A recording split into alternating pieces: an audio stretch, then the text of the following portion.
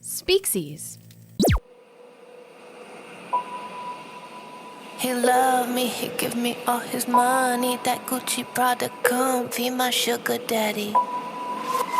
Hello and welcome to episode 118 of Origin of Species, the show where we talk about the origins of words and phrases, among other things. This is the season 4 finale, and man, it's been a great season. We've had really fun topics, great guests. We've really seen our numbers grow, so thank you for that. If you're listening and if you're a supporter of the show, thanks so much. We had a really great season 4. So we're going to take our customary few weeks off here for the summer. We'll be back in the fall. Follow our social medias at Species, and we'll let you know when we'll be back. In the meantime, if you are interested, you can find a lot more content on patreon.com/Species. There is all sorts of exclusive stuff that you can't get in the regular feed. So if you want to support the show and get more content, you can go to patreon.com/Species. So it's June 15th, almost Father's Day. So happy Father's Day to all the dads and single moms out there. I was trying to think of a topic that would fit for Father's Day and ended up on Sugar Daddy, which kind of works. It's a little bit of a stretch. But in this episode, we do get into the origins of the term Sugar Daddy. In little preview, it contains one of the most offensive things I've ever read or said out loud. So look forward to that. We also go through some notable Sugar Daddy baby relationships, and Steve explains the new slang term Cheugy, which kind of Steve and I felt personally attacked by. So make sure you listen to that. All right, well, as always, my name is Scott. I'm here with my good friend Steve. Let's start the show. He love me, he give me all his money. That Gucci Prada comfy, my sugar daddy. He love me, he put no one above me. Steve, we made it. It's the last episode of season 4. Yeah, make sure you clarify it's the last episode of this season. This isn't our That's right. Our big goodbye. Hey, you don't have the kind of season we had in season 4 and then just go off into the night. We had a great season, so thank you to everyone who has listened and supported us. Yeah.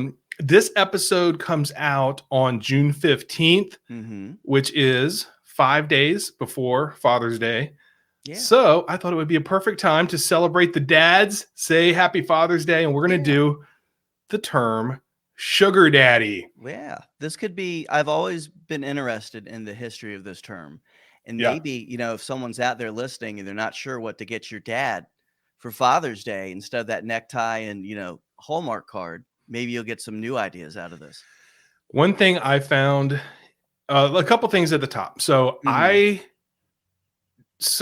Google search, like my algorithm is, I'm a 40-year-old divorced male, and I've been typing in every variant of sugar baby, sugar daddy, sugar relationship, famous sugar.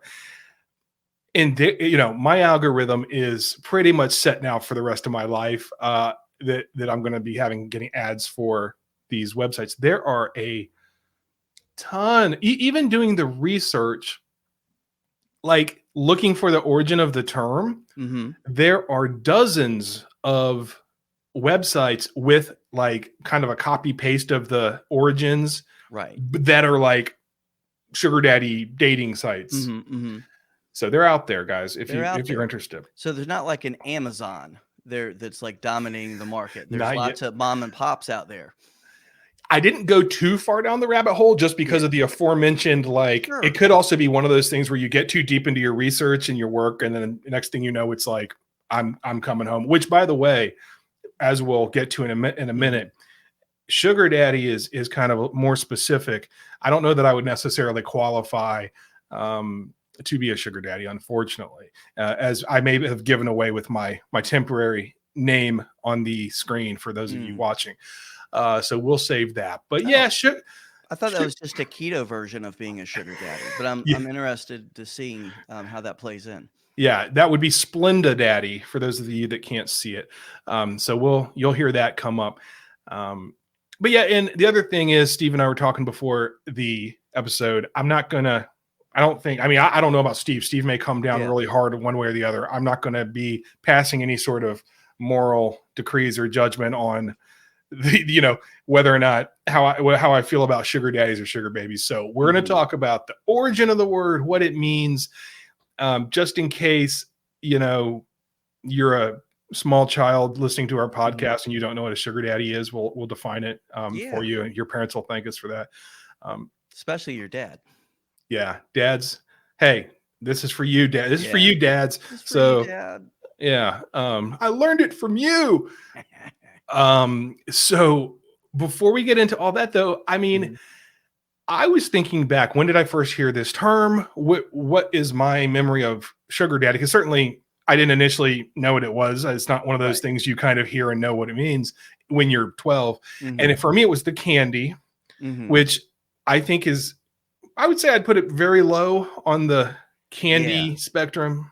I think sugar daddy, the candy, and also sugar babies, the like smaller bite-sized portion, might be like a stealth candy invented by dentists.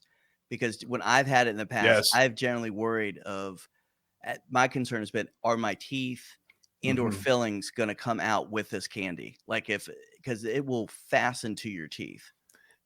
You read my mind. I mean, sugar daddy, first of all, it's not that good. I mean, it's caramel, but it's like really hard. And it might be, I was thinking that it might be the worst thing that you could do for your teeth. If you have braces, I mean, it makes like, and I'm a Charleston Chew guy, but it makes Charleston Chew seem like not at all bad for you. I don't know if you've had a Charleston Chew lately, but I have not. But you made me think maybe I shouldn't have disparaged dentists, but been more specific. It could be an orthodontist's dream, stealth moneymaker out there. While we're talking about this, and you never know where the show's going to go. Orthodontics. So my son is mid braces, and I think they give this list of all the things you can't eat, and it's like, I think it's actually reverse psychology. They want you to be like, oh man, you know what I haven't had in a while. So what's been the toughest thing for your son for him to avoid? He had to go cold turkey on the popcorn. That's the hardest thing. And he's a big popcorn guy. So, and it is, you do want to stay away from that with braces. So, okay, let's get into, I didn't say, but hold on. I do also remember, so there was the candy thing. I didn't like the candies. By the way, sugar daddy and sugar babies are still around. There was a sugar mama, which was a sugar daddy dipped in chocolate. That was like overkill, I think. And it was gone in the 80s, unfortunately. I can see it almost being too, like a kid even saying, all right, this is too much sugar. I need to go to bed eventually. Yeah, seriously. Not have my mouth throbbing the whole time. Right. So I was trying to think, when did I know the sugar daddy with the connotation of an older man and a younger woman. And it had to be, there was a show called True Life on MTV. Okay. You remember this show, Steve? It was how I learned about a lot of things. Yeah. Unfortunately, like OCD, there was like True Life. I have OCD. It was like True Life. I'm a sugar daddy or sugar baby. And there were a bunch of these things that you're like, I've always wondered. I mean, in some ways it was kind of a cool show because you were exposed to different things. And I don't want to say it was pre-internet, but it was like early internet. Early 2000s, I think. It helped, I think, give the rise to some things of maybe people being a little bit more open about details of their personal life that they maybe should not be about. I could see, again, MTV, what haven't they done to, what all the good things they've introduced to our culture, except music videos, which they stopped, I believe, in the mid-90s. They shut that down, maybe so it could focus more on true life. Well, I think that, and they went from music videos, and then now, or I don't even know now, but like I remember at one point when it was just teen pregnancies or whatever that show's called. I'm a teen mom. So they should be at a point now that they're cycling around, that some of like the teen mom kids, it's time for them to have their own out of wedlock birth. I think so. So, okay. What is a sugar daddy? Well, once again, we're going to rely on Urban Dictionary for this one because they came pretty strong with the definition. So for those of you that maybe don't know what it means, although I find that hard to believe, a sugar daddy is a boyfriend who comes with financial benefits. Sugar benefactors can help to cover tuition, bills, and frequently enjoy bestowing gifts upon their partners. Mhm. Sugar daddies exist on 3 levels. Now, here's where we get into this. Okay. The Splenda daddy is on the lowest end. He promises to shower a partner with cash and gifts, but is often limited by his income. Mhm. Next is the sugar daddy, who has a budgeted amount of sugar funds that he allocates to his sugar partner on a weekly or monthly basis. Mhm. Last is a honey daddy, who is the cream of the crop. His income has no bounds, and he can easily support multiple sugar partners. Wow. Example: Lydia just found a sugar daddy to cover her monthly bills. Guess she can quit that shitty job at Applebee's. Mm. Which of all of the examples they gave, that might be the most accurate? Yeah, that seems to hit kind of. You can feel that. I feel like there's, a pie chart of sugar babies out there, Mhm. and there's at least 11% that have worked at Applebee's. Right. And I like how it seems to be presented too. I've seen some other things of it's not necessarily the Applebee's waitress, but it's someone putting themselves through college, or has the college debt, like the exotic dancer, or I don't know. Is that the correct term anymore? I'm not sure what it is. Is it single mother? I'm not sure, but there's something. People that work, ladies that work in gentlemen's clubs sometimes, to put themselves through medical school. We're not going to get we're not going to get moral or judgy either. I don't know. I don't know what they're called now. I guess they're just called strippers still, but no, single mom. I mean, it is, hey man, whatever you want to do. Yeah. But it reminded me of something that I heard on a podcast, which I thought was really interesting. So there's this so being a sugar baby and a sugar daddy, I think it's fair to say it's on a certain spectrum of a power dynamic that on one side is money, on the other side is sex, right? I think that's fair. Agreed.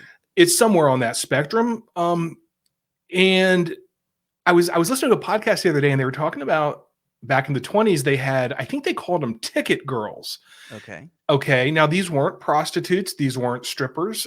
They were women who you could go to a dance and you'd buy a ticket and you'd give the woman the ticket and you'd be able to dance a song with her. Yeah.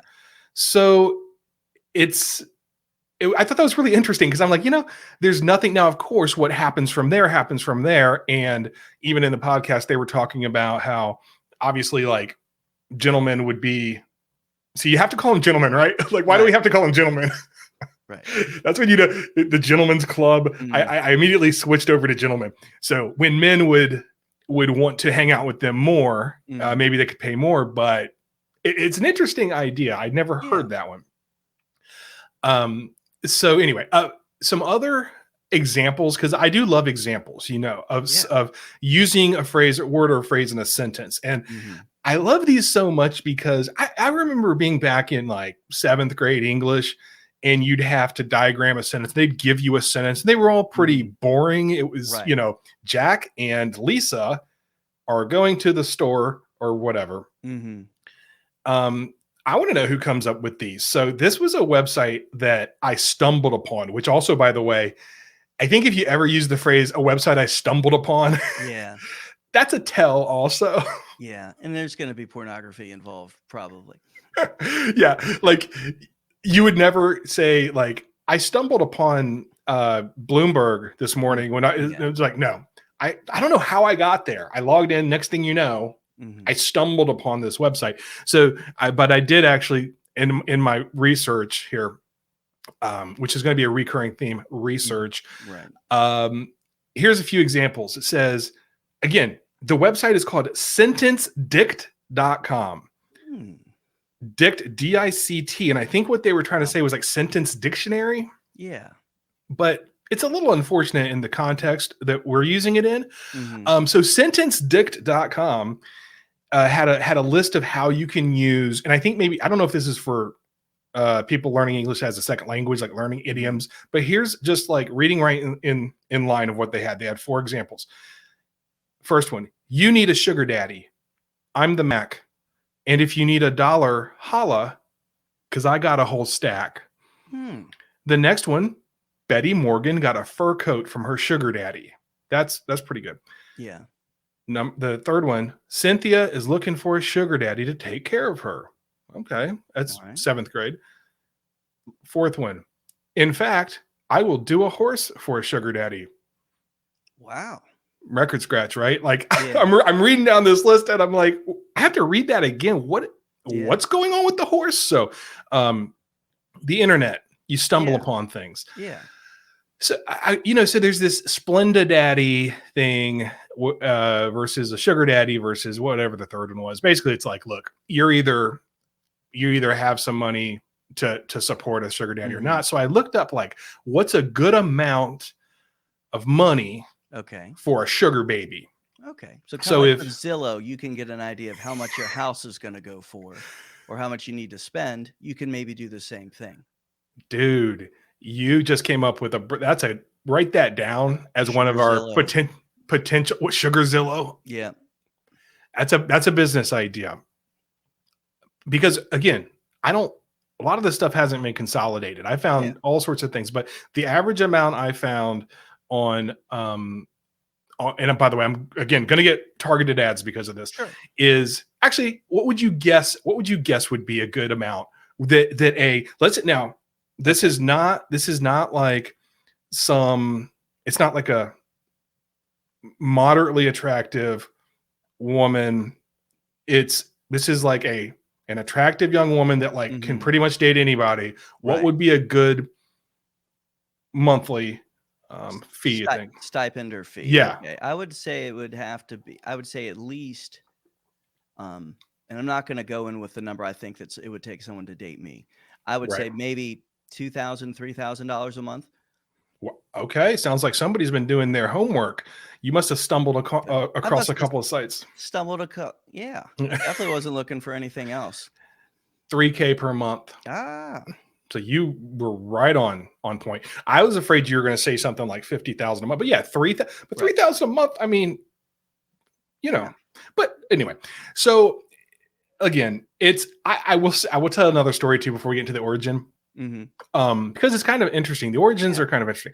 I know somebody, I have an acquaintance who has a sugar daddy, and I won't give anything away here. Right. But one thing I'm interested in is like, if I had a polygraph, I would, the very first thing I'd do is go get my acquaintance / friend and put that person on a polygraph and ask this question, because she swears that there's nothing physical that happens between them. I don't know. I don't believe that. Now, listen, we'll give out the number to Species later. I don't have it. If you're a sugar baby, you want to call us and set us straight, let me know. But I'm finding all sorts of, pretty much every article, by the way, there's a million. And that's why we're not going to go, I'm not going to go into this as far as all the sugar babies that are out there that have blogs and stuff, because I really, frankly, don't believe a lot of this. I saw a few of them. And again, it's like, here's me on my trip to Barbados. Yeah. Here's my new Tesla. Here's this, that, and the other. He just likes to spend time with me. Right. In the same way that people don't start selling vitamins or protein drinks and tell you that they, didn't really end up losing money on the end. It's always a very good success story. I have multiple Teslas now because people buy vitamins from me. Oh yeah, that's so true. That's another conversation and podcast that we can talk about as well. We may have to do an episode about that, because I have personal stories on that as well. All right. So I wanted to know, does this have an origin that's worthy of doing an episode on? And I did some digging around. I found a website, or an article on a website for the Loveland Reporter Herald. There's an article by Jim Willard back from 2013 that says sugar daddy has a sweet history. Nailed it. And so let me just read a couple of things from here. One of the things it mentions, and this is something I found all over the internet, was that the term came about in 1908 when Adolf Spreckles, heir to the Spreckles sugar fortune, right? Married a woman 24 years his junior. Alma her name was Alma. I don't know. Oh, whatever. Her name was Alma. I may find it here in a minute. But it says she was quite a babe, and she called her husband Adolf her sugar daddy. And it took a while for it to catch on. Right. So we'll circle back to that, but just that is what you find on most websites. So, Steve, you laughed immediately because why? It seems just a little too easy to come together. We find that if it's that simple, maybe it's not true. Yeah, exactly. So Adolf Spreckles was a real guy. He did have the Spreckles sugar fortune. He did marry Alma, whomever her last name was, which we'll get to here in a minute. Spreckle. And he married Alma Spreckles, and she did refer to him as sugar daddy, we think. But the first recorded use was in 1926. By that time, it had become the slang term that we know of for now. It was big in the Roaring 20s, and it has continued to be used since then. I mentioned this article also because it talks. I had to include this part. Yeah. We were talking about the candy before. A chocolate salesman named Robert Welch, who worked for James Welch, invented the now familiar candy bar on a stick in 1925. He named it the Papa Sucker. Oh, wow. The name was changed to Sugar Daddy in 1932, perhaps to take advantage of the slang usage. So, couple thoughts. First of all, if you had told me that this candy bar, this caramel-colored candy bar that you give to children that was named Sugar Daddy could have had a worse, more creepy name, I would not have believed you. Secondly, the fact that he didn't even create this after Sugar Daddy was around. He created this back in, 1925, and he chose to call it the Papa Sucker. Yeah. I can't even... he could have been enterprising in other ways too. I mean, and maybe that's the name of our Sugarzilla website. We might have a good name now. Oh my gosh. We're going to have to purchase that before this episode comes out, because otherwise it's going to be gone. Yep. We'll also have to use our fake names for that as well. So this has a few more interesting things about the candy bar, but we don't need to go too far into it. And I think I mentioned before, basically, that Sugar Babies came after, then Sugar Mama, and then Sugar Mama was retired.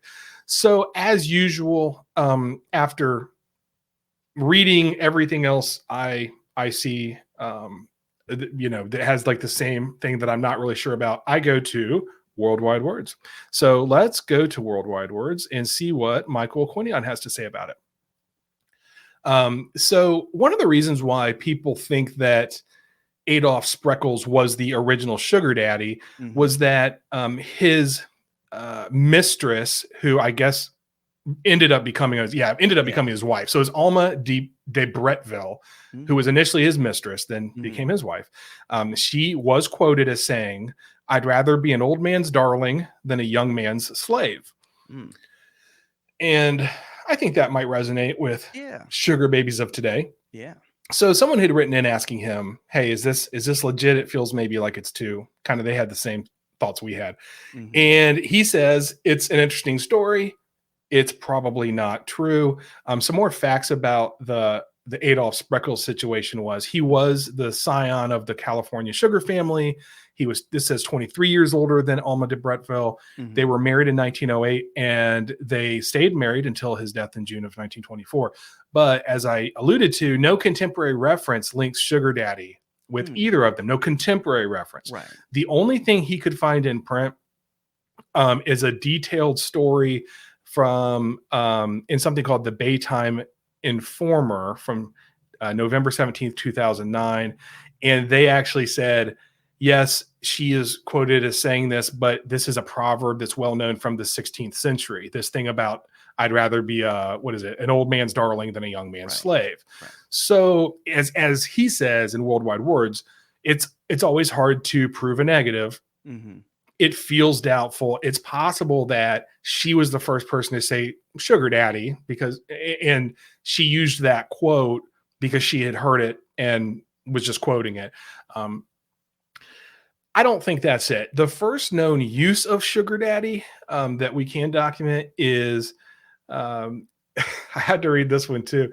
It's in an episode of what Michael Quinion calls a surreal tale with the title Fat Anna's Future that appeared in the Syracuse Herald on March 27th, 1923. Wow.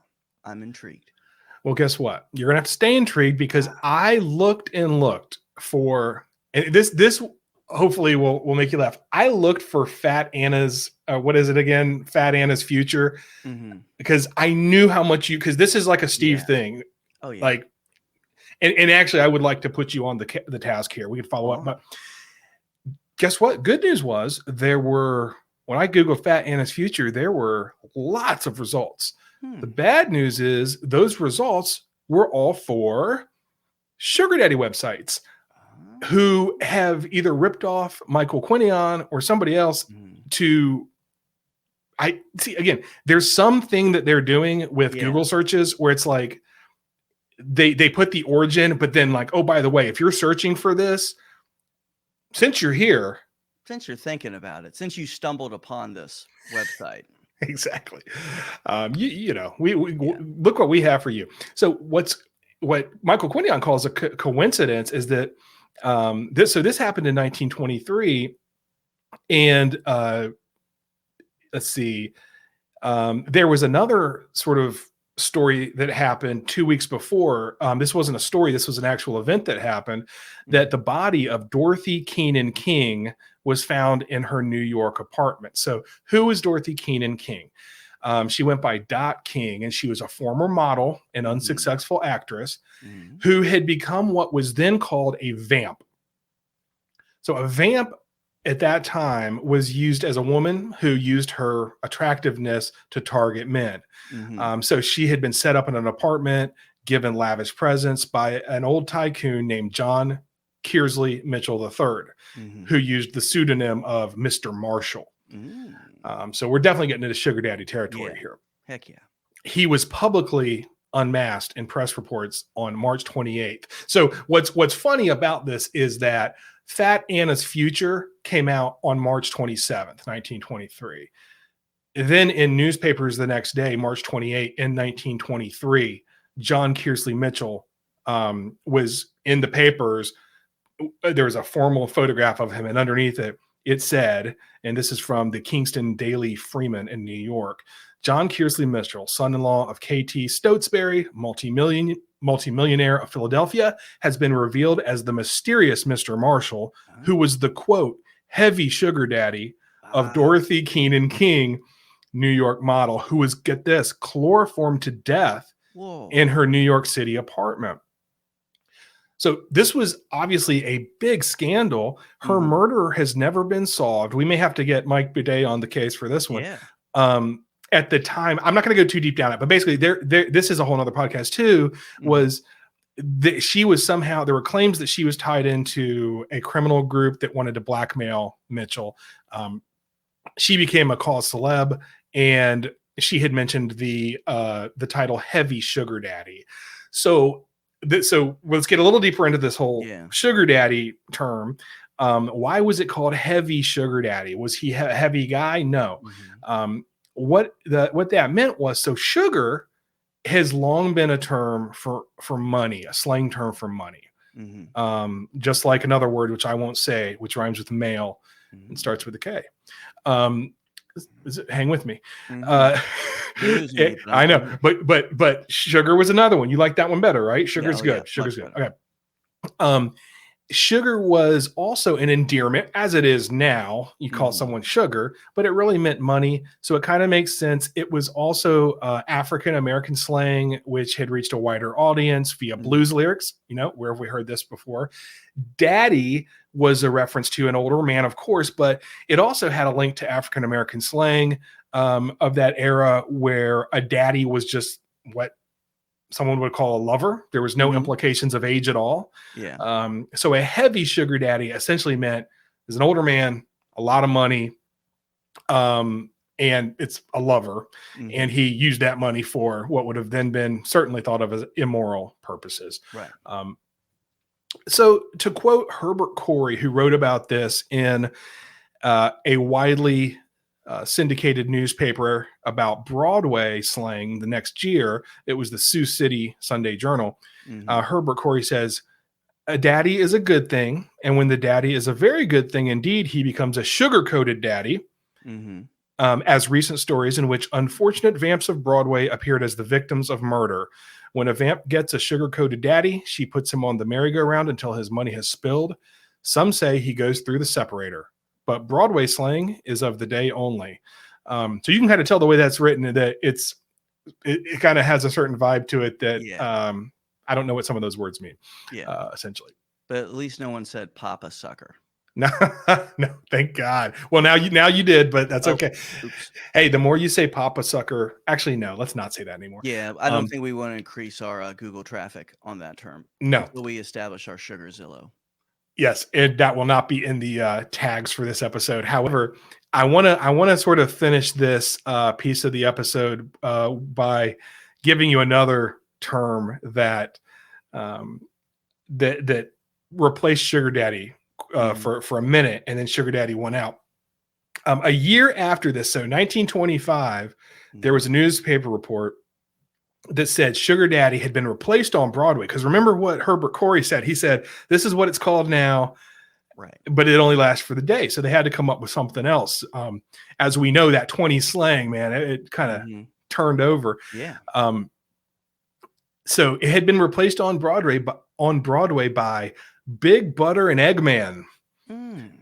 So essentially that came from someone named Mary Louise Texas Ginnon. Her nickname was Texas Ginnon, and she ran a speakeasy back in the 20s. And there was a shy middle-aged man who just was flattered by her. And again, this is timeless, right? It's not this is not just the 20s or the 30s that some guy goes into a bar and thinks that the bartender or waitress is in love with him because by the way, he's paying a tip. So remember we talked about that spectrum? Yeah. That's on the spectrum too, right? Yeah, the bartender loves me, let me give her a $20 tip so she'll keep smiling at me. So the story goes that this guy kept giving her $50 and then paying for everybody's drinks. And he said he was in the dairy business. So she introduced him as the Big Butter and Egg Man, which was a term for a dairy farmer that had been around for a long time. So it ended up becoming the title of a Broadway play in 1925, and Louis Armstrong recorded a song with it in 1926. But since I had never heard of it, I doubt you had, it kind of faded away. Sugar Daddy took its rightful place back as the term that we know today. So sugar, money, also connotes, lovers, and it's kind of a pet name. And then daddy is kind of takes care of itself. Tells you everything you need to know without telling you everything you need to know very concisely. Yep, it sure does. So a little later in the show, we're going to talk about some of I don't want to even call them my favorite sugar. I'm going to refer to them as sugar relationships because it's not always a sugar daddy and dog and baby. We want to be very hashtag diverse. So I appreciate you doing that. Oh, we will be. I'm going to now, though, turn it over to Steve, and we're going to do some new slang. New slang when you notice the stripes. So as we were getting ready for new slang this week, I wasn't sure what to do. And Scott told me about the term that we're going to use today.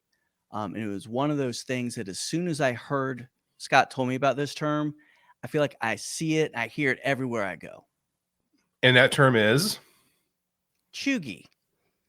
Yeah, I'm seeing it everywhere as well. So I saw it a couple days before we were supposed to record, and I wasn't going to send it to you. And I was thinking, oh man, we got our last episode coming up. This would have been a good one. And I think you mentioned you weren't sure what you were going to do. So I sent it over, and then, I've seen it everywhere and well. It's everywhere now. So the term is Cheugy. Yeah. And if we're going to do new slang, we got to start with the Urban Dictionary, our good friends. So Cheugy, The opposite of trendy, stylish in middle school and high school, but no longer in style. Used when someone still follows these out-of-date trends. This may include, but not be limited to, fashion, habits on social media, usage of slang, etc. So, of course, they give an example. My friend told me to change out of my favorite pair of Miss Me jeans because they were cheugy. What are Miss Me jeans? I'm not sure. I just read a bunch of words and said them out loud. When you put them Yeah. together, I have no idea what they mean. But that was by somebody named Cheugy Life. So somebody that's really into that term. Leaning into the Cheugy life. Yeah. So as I mentioned, I prefer to get all my definitions from for new slang from Urban Dictionary or Reader's Digest. But in this case, I found a better one at lifehacker.com on cheugy. Cheugy is an adjective used to describe someone or something that is corny but is trying hard not to be. It doesn't mean basic exactly.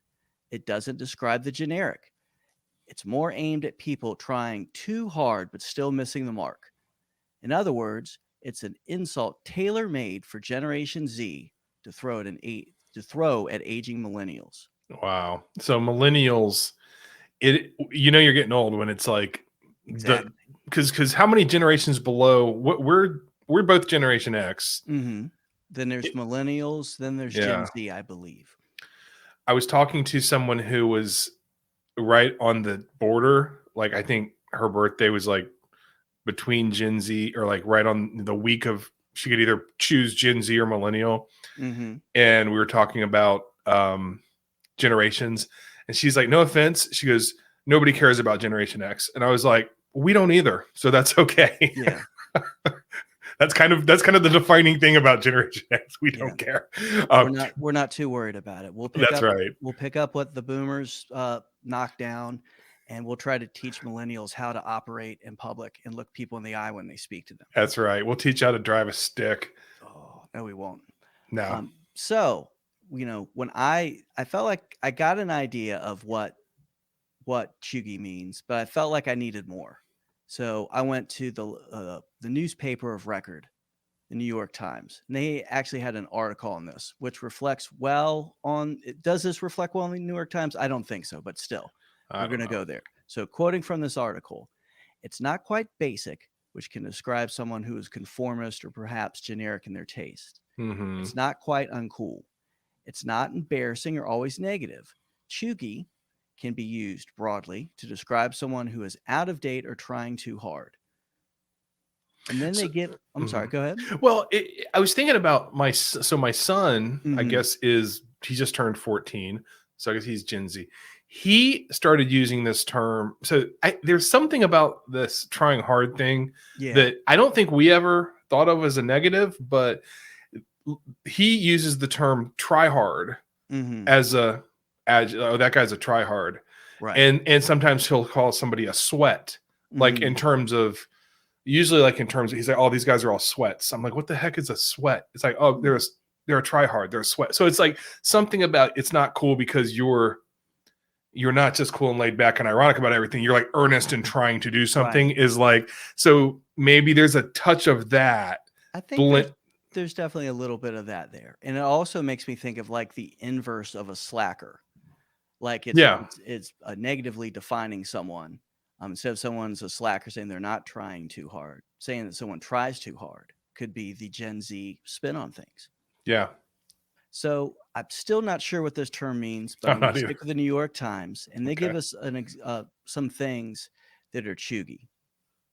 The Hype House, Golden Goose sneakers, anything associated with Barstool Sports, Gucci belts with a large double G logo, being really into sneaker culture, Ray Dunn pottery, and anything Chevron.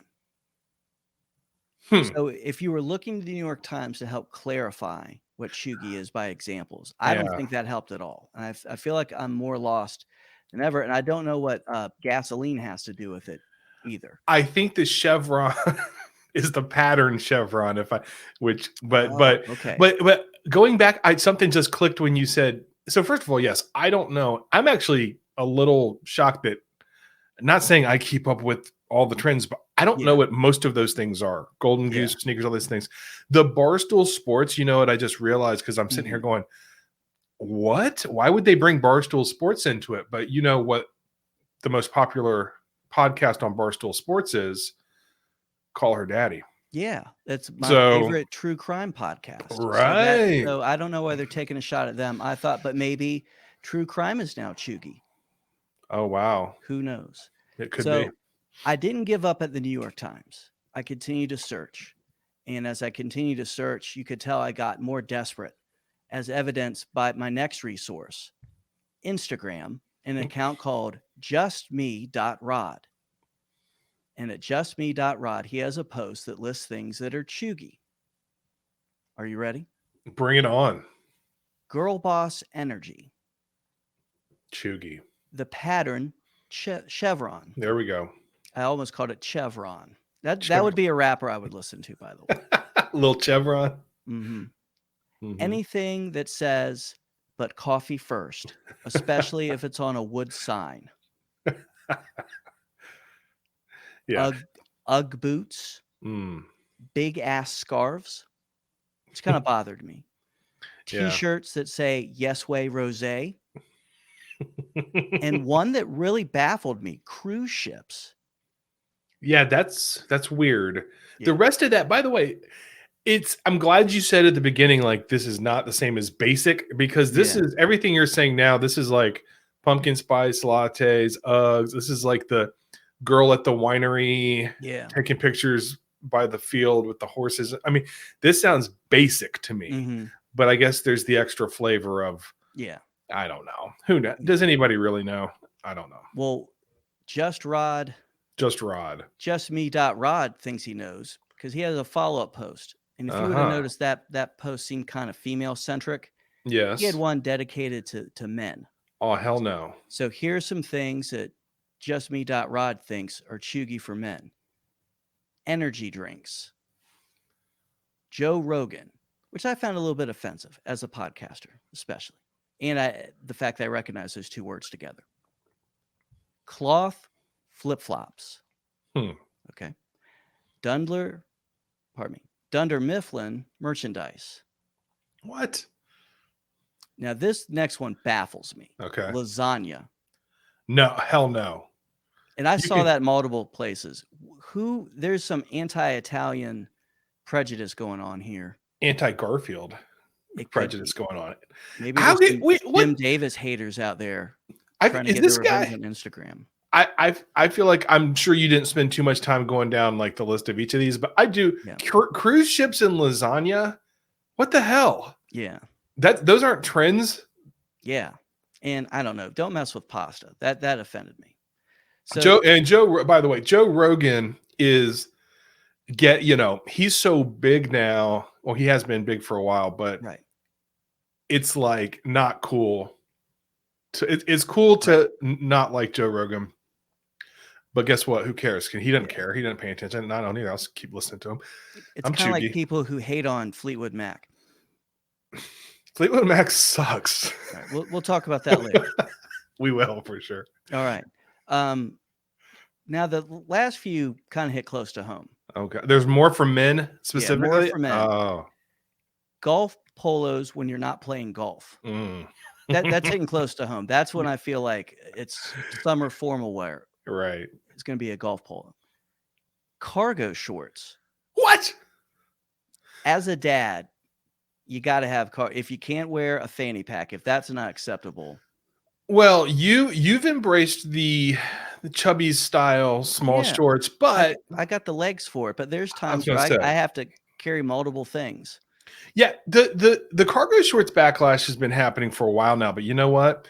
I was just at one of my favorite place to shop for clothes, Costco, and they are selling cargo pants. They didn't have my size, unfortunately, but I did have that moment where I was like, am I going to let peer pressure, or not peer pressure? Am I going to let ridicule keep me from? And I'm like, no, I walk around my neighborhood with socks and sandals, so I'll be all right. Right.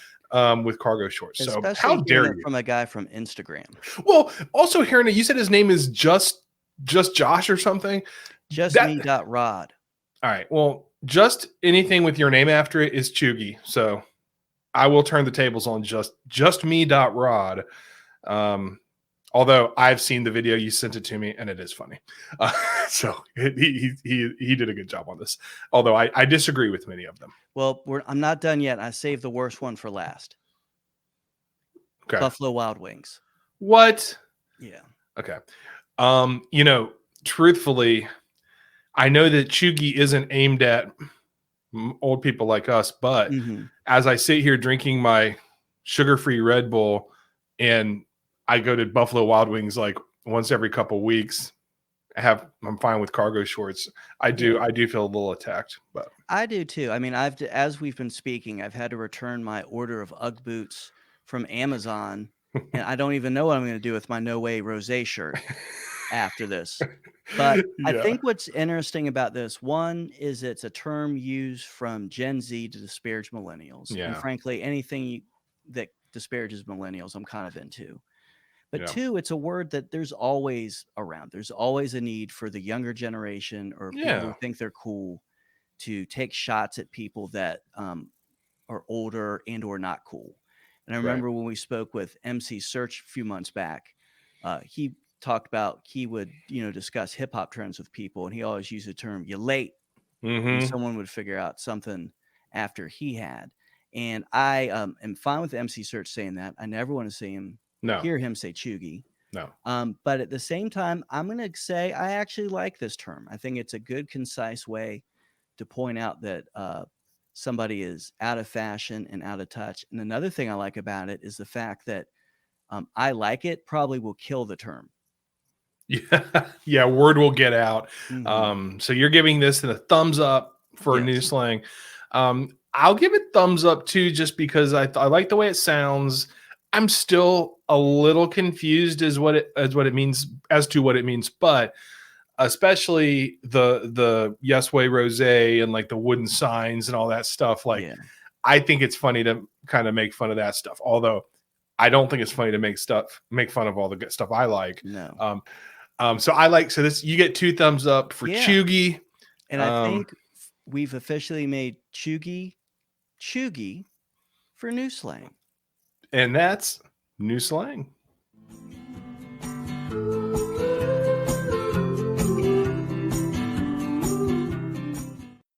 So moving forward with Sugar Daddy, we're gonna have a little fun here. And what I'm gonna do is I'm gonna share my screen here in a second, and I want to share some of my, I think I call them like notable sugar relationships. I spent more time on the cover page trying to think of how to put this, like I don't want to put the best sugar daddies of all time, because once we get through this, you're going to see. I would like your thoughts too. So we've done, are they a dirty hippie? I didn't really prep you for this, so I'm not going to say, Steve, come down with a ruling for me, but there are a couple that I am going to need your insight for, and you'll see in a minute. I'm ready. I want to mention though, before we get started, there's a lot of stuff I'm leaving out about sugar daddies and sugar babies, which is probably for the best. If you want to go on YouTube or somewhere else and really get into the life of a sugar baby or something, have at it. I spent about 30 seconds, and I don't think that I'm trying to think about the nicest way to say this. I don't think that for these sugar babies in question that I'm seeing, that they're being paid for their time, because they were mostly incredibly annoying. So I'm staying away from all that, but it's all out there if you want to know, because there's some famous sugar babies that blog about it and stuff. I do also want to mention that when Steve and I were planning this episode, I am that guy that's multitasking at the grocery store. So I don't have it on speakerphone, but I do have my earbud in, and I'm walking down the aisles, and usually I'm just talking to Steve about whatever, nothing I need to worry about. As we were discussing this episode, I was in the grocery store, and the good thing was, I didn't tell you this, Steve, it was a store I don't normally go to. It was one that was on a different side of town. So that actually works out. And I'm walking through the produce area, and all of a sudden I notice people are turning around staring at me. And there was at least 3 or 4 older folk staring at me. And I realized I had just yelled, let's try to figure out who the top 5 sugar daddies of all time are. And I do speak loudly, and I was speaking very loudly. And so that was an embarrassing moment that happened to me. I think that you did some more. You're so good at marketing, you don't even realize it sometimes. We just got 5 new subscribers. That would be nice. All right, let's get to our little, I won't call it a game, but whatever we want to call this. Let's find out. Let's look at some sugar relationships of note. And I will start here by saying, I don't know who this guy is and this woman on the front, but it looks kind of like, who's that guy look like? He looks like not Abe Vigoda. Who's like the other really old guy? He looks like Prince Philip, like right before he burned up in the sun. You're right. He's not sweating, actually, if you look at him. No liquid in his body at that age. It's an old guy. No. He's dry as a bone. So sugar relationships of note, not the catchiest title I've ever come up with, but here we go. Yeah. I wanted to start with this one. Steve, do you know who these people are other than the fact that the name is right there? Oh, I was don't look at the name. I saw it now. I was going to say that looks like a Real Housewives lady, but I wasn't sure which one. That would be Kim, and she has a last name, but I don't. She's mostly known as the "Don't Be Tardy for the Party" woman, if you remember that. Yeah. The reason I wanted to start here is because this is the most, in my opinion, like traditional on the list of sugar daddy, sugar baby situation, because a couple of things that make this like the ideal one is, and this is, I will say, this is the only season of Real Housewives I ever watched. I actually did watch this at the time. And she had a name for him, which was Big Papa. No one knew who it was. So kind of like Mr. Marshall. Remember in the story of the guy, Mr. Mitchell, was called Mr. Marshall. So there was actually a pretty big mystery around who this guy is, you know? So there's that part to it. Also, this guy's loaded. He's like a real estate. I don't even know what makes a magnate. Maybe that's another episode, but he was actually loaded. So she'd show up with a brand new, like, Cadillac that Big Papa got her. And he was eventually outed as nobody cares. Like nobody cares who this guy is. Once they find out who he is, you don't need a name. But is that the dog whisperer? It looks like him. Caesar whatever. Caesar Milan. If the dog whisperer is making that much cash, I'm in the wrong biz. This guy's a real estate guy. So, so here we have the classic example of a sugar daddy, sugar baby. All right. You ready to move on? Yeah. All right. The next one is, gets dark really quickly. John F. Kennedy and Mimi Alford, not pictured, many, many more. So JFK, a little bit of a ladies' man. Yeah. And by ladies, I mean young ladies. So Mimi, and I'm not breaking any news here. Mimi Alford, who she has a new last name now, has spoken out and written her memoirs in. I don't know. I think it's kind of hard to think about a president as a sugar daddy, but frankly, like, it's the power dynamic is there. We've seen it throughout history. What are your thoughts? Wealthy men, wealthy families, and ladies who aren't wealthy seem to end up together. It's, it wasn't the term sugar daddy might have come within the last 100 years, but the concept's been around for forever and ever. I would just say at least she didn't end up in the water with JFK. Like some of his brothers, paramours. But exactly. And I felt it was important to shine a light on this because much like we don't hear enough about Barack Obama being the first Hawaiian. Pardon me, the first Hawaiian president. I'm sorry. Didn't mean to step on you. I get it. Kale, Bears, and Barack Obama being our first Hawaiian president are things that get me really excited. Yes. And that's why I wanted to make sure you had a chance to say it. And people don't talk enough about JFK being a prominent sugar daddy in his day. And by the way, I think sugar daddy, it doesn't necessarily have to mean money. It can mean power. But he had both. So we are going to move on and maybe brighten things up a little bit. I actually don't remember who's next. Let's see. Okay. Oh, Okay. Alan Thicke Mm-hmm. and Tanya, I'm going to say Caillou, but I don't think that's right. So listen, actors, there are, as I was looking through lists of famous sugar daddies, Mm-hmm. there were a million actors. I mean, there was Johnny Depp, Jim Carrey, Charlie Sheen. Yeah. And to me, I'm thinking, I don't know, sugar daddy, it's like you're saying, I mean, especially actors and people in Hollywood. I mean, they're loaded. There's young, struggling actresses. That kind of is what it is. So I guess it's a category of sugar daddy. Yeah. Why Alan Thicke, though? Well, Alan Thicke was named the #1 Canadian sugar daddy by SugarDaddyDatingGuide.com in 2016. Wow. Good job, Alan Thicke. The guy did it all. He was a singer, songwriter. He wrote the song to Growing Pains. It was another prominent sitcom also that he did that wasn't Growing Pains. He gave us Kirk Cameron, and he also gave us his son, whose name Robin Thicke, that I've forgotten about already. Who maybe he'll come back as somebody's papa sucker or something like that. But good job, Alan Thicke, who I believe is dead.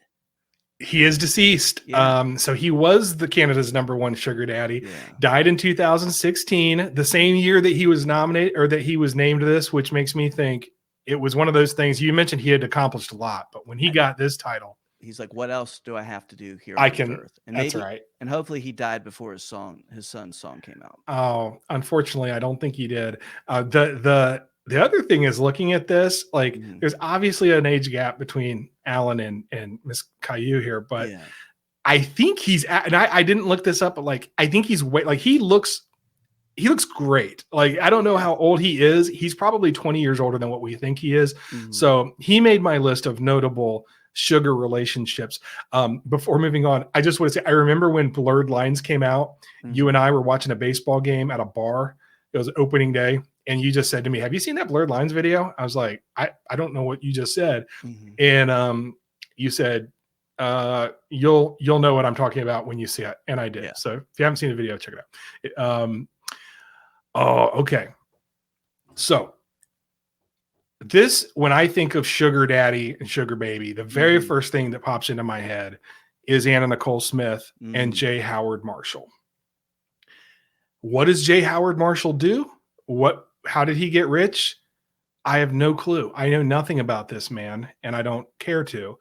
The reason I wanted to spend some time with this one, Anna Nicole Smith and J. Howard Marshall. And by the way, if you'd like to see the pictures, you can see them by going to patreon.com and signing up for our Patreon. If you see the smile on Anna Nicole's face, I mean, that's drugs. Okay. But if you see the smile on his face, I mean, it's undeniable. They're both happy. Yeah. And so I did a little bit of research into why he was so happy. And so here's a few pictures of Anna Nicole Smith. I'd be happy too. Look at her. I see at least 6 good reasons to be happy. and again, if you'd like to see the pictures, and you don't know how to Google, join our Patreon. So, all right, let's get back to the list. Oh, wait a minute. No. Sometimes when I do my research, I go really down the rabbit hole. Yeah. Did a lot of research on this. I bet you stumbled upon a lot of websites during this time, but good for you. So here's some more Anna Nicole Smith pictures. So again, I just want to jump back if I can. J. Howard Marshall, God bless you. That's not a drugs happy. That's sincerely happy. And you know what? The morals and ethics of this can be debated, but if he had a lot of money and was able to use it to do this, more power to him. I bet that's a man who's having a good day right there. Could not agree more. And there's been a lot, all kidding aside, there's been like a bunch of stuff written in documentaries and things about Anna Nicole Smith, and she seemed like a real sweetheart, and she did get into drugs. So I don't know what this relationship had to play into it. I do think I remember reading or hearing that actually, as crazy as it sounds, that it worked for them. But anyway, moving on, I did stop at 3 slides of Anna Nicole Smith. Next, Britney Spears and Kevin Federline. Now, this is an interesting one. because it really calls into question the sugar daddy, sugar baby dynamic. Number one, because Kevin Federline is, I think, 3 or 4 years older than Britney Spears. But, you know, and he's, you know, broke. So he's the sugar baby here, obviously. Yeah. But I still think Britney Spears qualifies. And the reason is just, I can't think of many like relationships like this where the power dynamic was so skewed. I mean, Britney Spears was at the height of her fame. She was one of the most, you know, household names in the country. And he was a backup dancer. And he's not, I mean, I guess he's somewhat attractive. You know, I'm a guy, so I can't judge. Right. But he's also, but again, he's broke. So I don't know. What do you think about these guys? I think it shows the hashtag diversity that we always try to show when we look at things. You know, in the same way that J. Howard Marshall, or whatever his name was, you know, got what he paid for. She probably got what she paid for it too. But I think that's definitely a power dynamic that's not going to last. I think it's tough to be in a relationship when things are maybe skewed, and maybe this is a little bit of my latent sexism coming out of, but when, you know, he's not working on the weekends a second job so they can make sure that they're kind of evening out their income. She's doing really well without him, and he was a backup dancer. And maybe what it was is once that hat got Cheugy, that he kept wearing it. And yeah, this picture I picked because, well, first of all, that hat's terrible. This does tie to Cheugy because he's Cheugy in any era. But also the fact that like he's looking out, he's seeing all the fame that he's now getting while she's looking lovingly at him. It did not end well for Britney Spears in this one. So Kevin Federline, Cheugy. If you don't know the stats on this, that's fine. But do you remember, like, he ended up getting some sort of he got like alimony. Is that alimony? There it is. Yeah, he got out. So here's what I know about them in a nutshell. They made this reality show that I was very intrigued by and watched a couple episodes of it. It was terrible. I mean, it's just home videos of them. Yeah. And not the fun kind. Sorry, but he got fat. He made a rap song, which is one of the worst things I've ever heard in my life. Funded by her. It's called, I still remember, it's called Popo Zow. And don't look it up. It's really bad. It's just stupid. And then he ended up getting a bunch of alimony from her and kind of just being a pain in her ass going forward. And by the way, free Britney Spears. I'm a free Britney Spears guy. Yeah. That poor girl. She raked over the coals. And he didn't help things. Yeah. All right. I think we're about to get real controversial, and I don't get upset. I want to get your opinion on this. Next up, Harold and Maude. Oh, Harold and Maude. So you tried very well a few weeks ago to find hippies that I actually liked. Yes. And did not. But I will be very open. This is Harold and Maude is definitely, I would call it a full-fledged hippie movie. Got a Cat Stevens soundtrack that's wonderful. Is one of my favorite all-time movies. And Harold and Maude is a story of a confused rich young man trying to just find his way in the world, who falls in love with an 80-year-old Holocaust survivor. And it's it sounds like you're hearing that and like, when's Friday night going to get here? I know what I'm going to be doing. Right. But it is one of my favorite all-time movies. So maybe in this movie, the income isn't too much of an issue. This would be more of a maybe May, December, or May. Oh, May, several Decembers. Almost May to April relationship. But great movie. I will say something nice about hippies. Definitely a groovy hippie movie. Goes out of the way to insult the military. But I'll give it a pass for that. One of my favorite all-time movies. If you haven't seen it, you should watch Harold and Maude. Good. Yeah. There's really no sugar relationship here. I just wanted to put Harold and Maude up and let you talk about it. We're going to end with the last one, which I think is we have to, which is Hugh Hefner. Yeah. And anyone. Yeah. I don't know that we need to go into it much more than that. Yeah. I think Hugh Hefner and anyone that's spending time with him is not going, you know what? I really just enjoyed his insights that he provided on these things, especially as an 85-year-old wearing diapers. I know. But yeah, More God bless power him. to him. Yeah. He'll be missed. All right. Okay. Well, that was our little exercise there. Gosh, exercise. It makes it sound like it was like we're in class or something. Yeah. So just to wrap up, I wanted to bring up one more thing before we get to our last little part of the show, which is okay. There is a song by Fleetwood Mac called Sugar Daddy. And this might get a little confrontational here, but I just feel like I need to bring up the fact that Fleetwood Mac, why do people like Fleetwood Mac? And before you say, if you're on the fence, listen to this song. It sucks. Like, I was listening to it because I was like, oh, well, maybe this is something we can use in the show. It's horrible, like even for Fleetwood Mac. And my thing is, like, Fleetwood Mac has a couple of songs that are good, but like, so does Third Eye Blind. Like, what is and so this is where I know you're a big I can't remember her name. What's the hippie lady? Watch your mouth. That's Stevie Nicks. Almost got you. Yeah. What are you a Fleetwood Mac fan? I love and if Fleetwood so, Mac. why? Okay, make your case. Because in 1978, if you had two white parents in your house, they were forced by the government to own Rumors. Yes. And because of that, I have cherished childhood memories of listening to them. So I just had to do some quick looking on my phone because I'd never heard of that song before. There's a reason. So the song Sugar Daddy is from the first album that Stevie Nicks and Lindsey Buckingham had joined the band. So they're just kind of, Fleetwood Mac had been around in different iterations for several years leading up to that.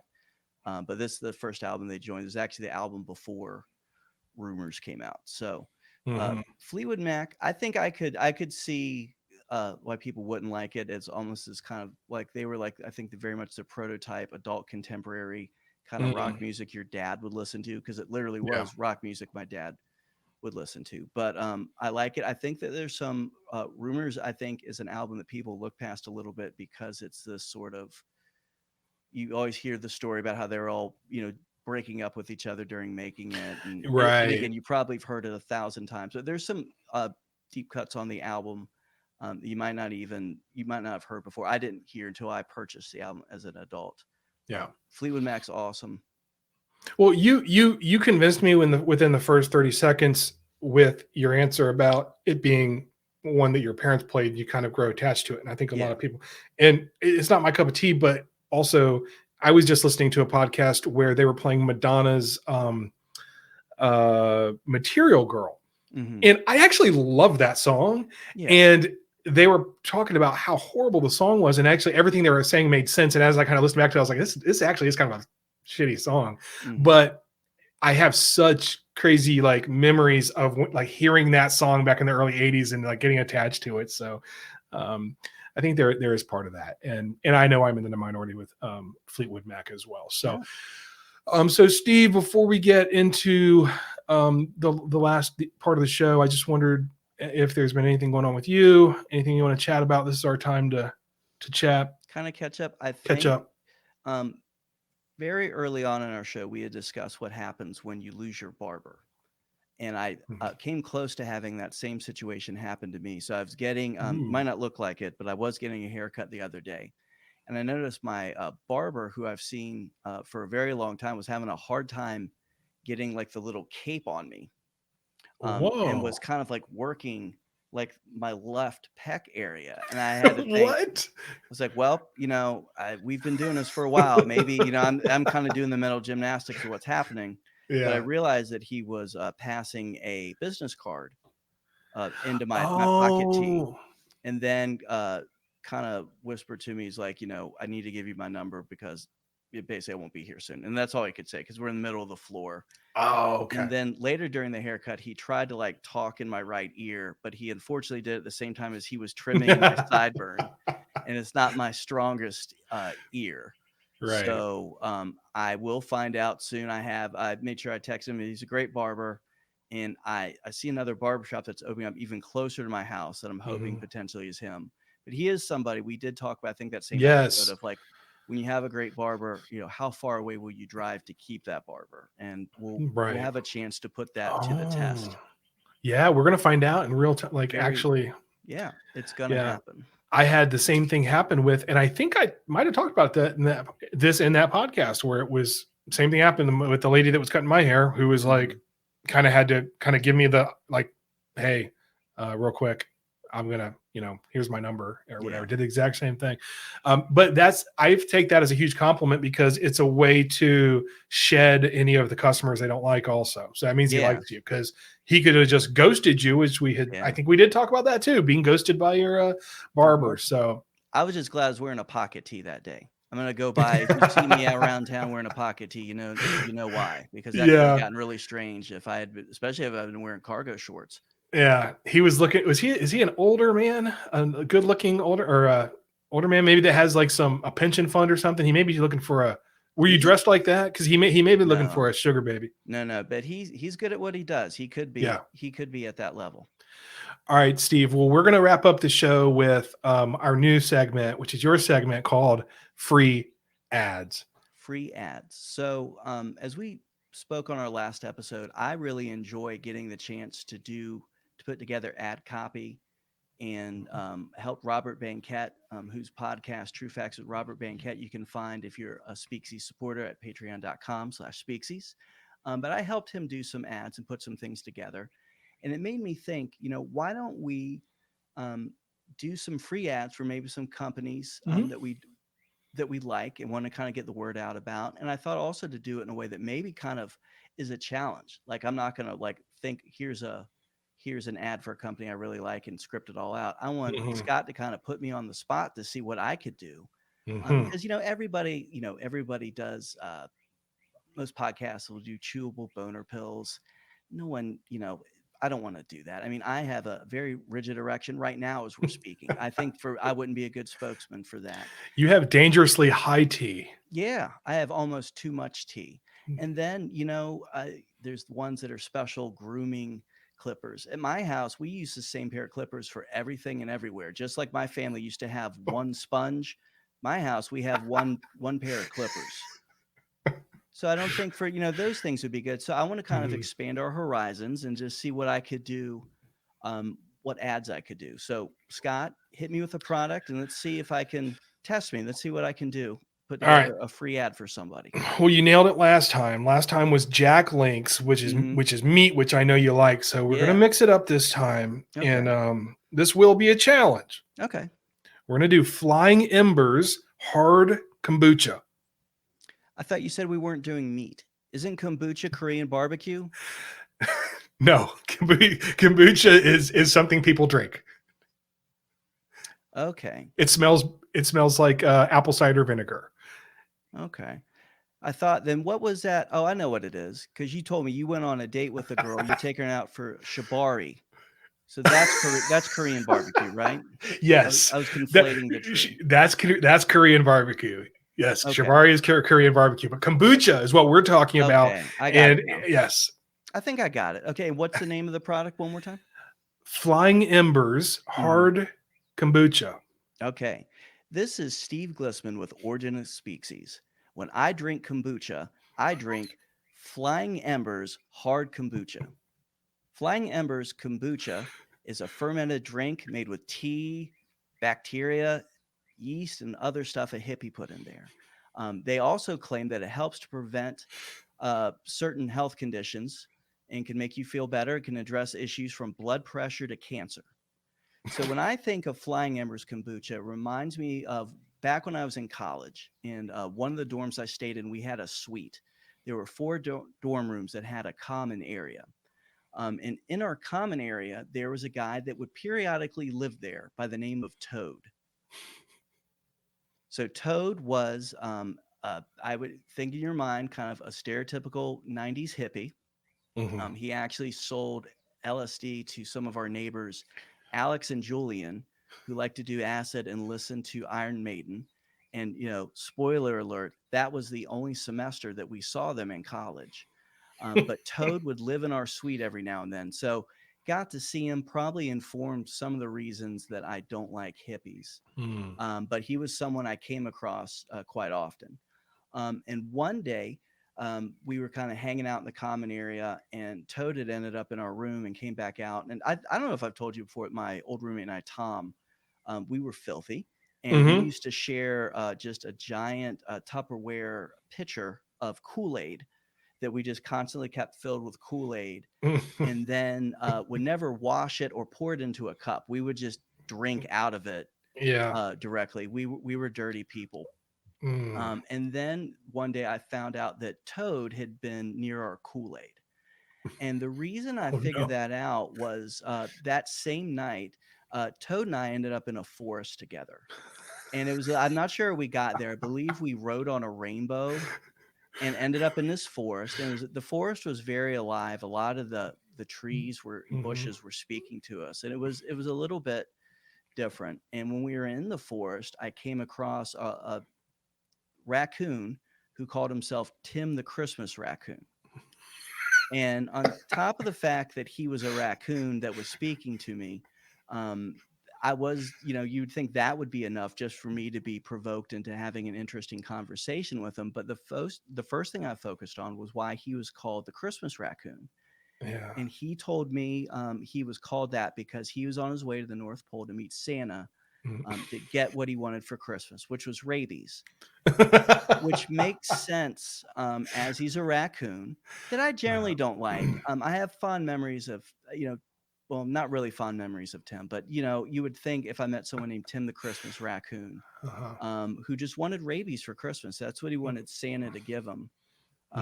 But it didn't work out, I think, for him. So as we're kind of on the rainbow still in the forest talking to him, and then I heard a bear growl. And I think it's something that I realize as we're concluding this season that I've really over-focused on kale, which is the devil's weed. It's something I hate. It's evil. But I've really kind of gotten away from my, I think, a healthy respect. Some people call it fear of bears. Yeah. Bears, I think, symbolize everything that could go wrong in life, all my fears, into a giant eating machine. And granted, one of the there's been great bear characters in literature. Winnie the Pooh, the bear from Grizzly Man are probably my two favorite. But when you're in a forest talking to a raccoon with Toad, and then the rainbow starts to kind of go away, and you hear the growl of a bear, I just went into action mode, and I grabbed a baseball bat and started attacking the bear. Oh no. And the next thing I knew, I was in the alley behind a food lion. And it was just me and Toad. And Toad didn't look like that he was doing very well. Oh no. So I just kind of, decided to leave the situation, and I never saw Toad again. I'm not sure, if he was the bear in the story or if something else happened. Can I don't want to interrupt your read, but here goes, sure. Or your ad. Did Toad have a real first name, and was it Tim by any chance? No, he was just always referred to as Toad. And he actually introduced himself as Toad. Okay. I'm a little worried about what may have happened to Toad, because it sounds like what you're describing might be a what's referred to as a trip or an acid trip. I'm no expert. But. Yeah, I'm not sure either. Okay. So when I want Korean barbecue with a woman who gets off like being tied up Asian style, I drink Flying Embers Hard Kombucha.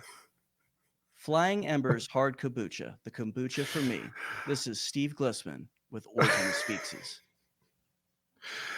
All right. Great job. We'll see if the boxes of hard kombucha start coming in. I think and I think with the last one we did for Jack Links, Steve Links, or whatever they're called, that we didn't do. I think the story maybe was one that may be too edgy for them. Yeah. But I definitely think when we do social media for this episode, I'm going to look up Flying Embers and make sure they give them a chance to see our ad. And hopefully, we talk about this is the last episode of the season. That I'm not going to get snatched away and not have time to do this anymore because I'm writing ads for. Yeah, well, I'm more worried about you getting snatched away on a murder charge when somebody puts two and two together that you may have murdered somebody in the forest with a baseball bat. I don't know what the statute of limitations are in murder in Virginia, and I won't be Googling that either.